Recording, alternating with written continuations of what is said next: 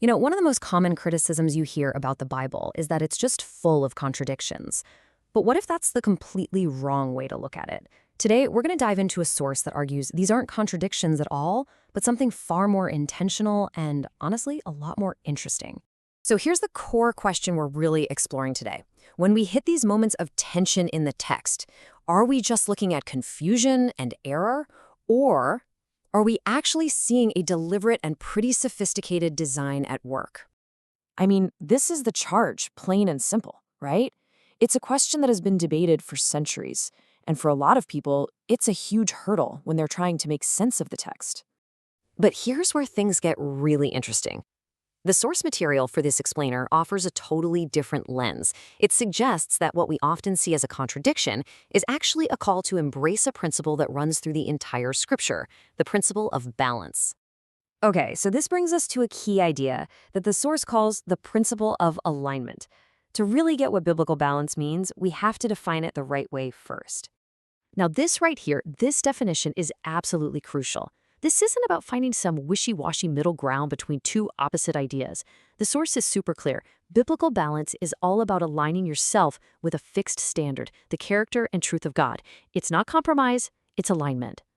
And to make this really concrete, this source points to this incredibly dramatic story from the book of Daniel. You've probably heard the phrase, the writing on the wall. Well, guess what? This is that writing, a mysterious message that just appeared out of nowhere during a king's wild party. So what on earth did it mean? This was the translation. The king had been put on a divine scale, and he was found to be out of balance. He was wanting. He'd failed to align himself with God's standard, and the immediate consequence was the total collapse of his kingdom. It's just this powerful, unforgettable image of what happens with imbalance. So how does an ancient principle like that actually apply to us today?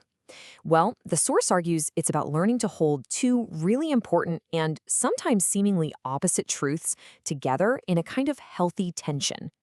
And this quote just illustrates the point perfectly. This is a direct command from Jesus that literally calls for a balance of two very distinct qualities. Think about it. Wisdom without innocence can get cynical and manipulative really fast. But innocence without wisdom, that's just naive, and you're going to get hurt. You absolutely need both. Let's break down another key pairing, grace and truth. If you have all grace and no truth, the source says you end up with this moral looseness where, anything goes. But on the flip side, if you have all truth and no grace, it becomes this harsh, damaging weapon. A healthy life demands both, in equal measure. Ooh, here's a powerful one that I think a lot of people struggle with: forgiveness and wisdom.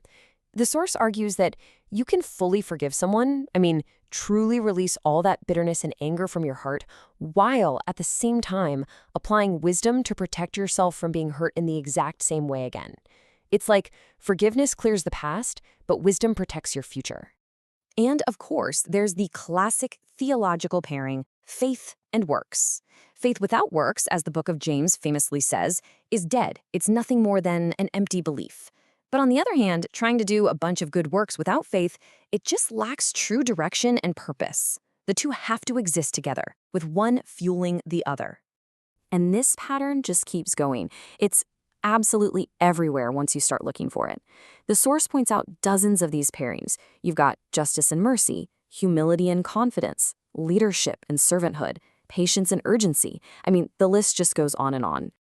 So this is the crucial point. What happens when we fail to maintain this balance? Well, this is exactly where the source says that distortion and serious error start to creep in. And the process is actually deceptively simple. First, you pick one side of a truth and you just overemphasize it. Second, you start to ignore or downplay its necessary counterpart. And the result? A worldview that's totally out of whack, which ultimately leads to error. This all leads us to the final, really powerful takeaway from this analysis. This whole framework reframes the Christian life not as a confusing set of contradictory rules, but as a call to a very, very precise way of living. Let's just land on this for a second, because it's the core of the whole argument. Balance isn't about being lukewarm or vague. It's about being precise. It's about applying the right truth with the right spirit at the right time. It's almost like a form of high-level skill. And, living this way isn't automatic. It doesn't just happen. According to the source, it demands that we actively cultivate some specific qualities. Things like discernment, to know what a situation actually calls for; maturity, to respond thoughtfully instead of just reacting; and wisdom, to really understand the path forward. And that brings us right to our final thought. This whole principle of biblical balance isn't just some interesting theological idea to debate. The source concludes that it's a practical blueprint for a stable, mature, and effective life. So the real question it leaves us with is, how well are we walking that line?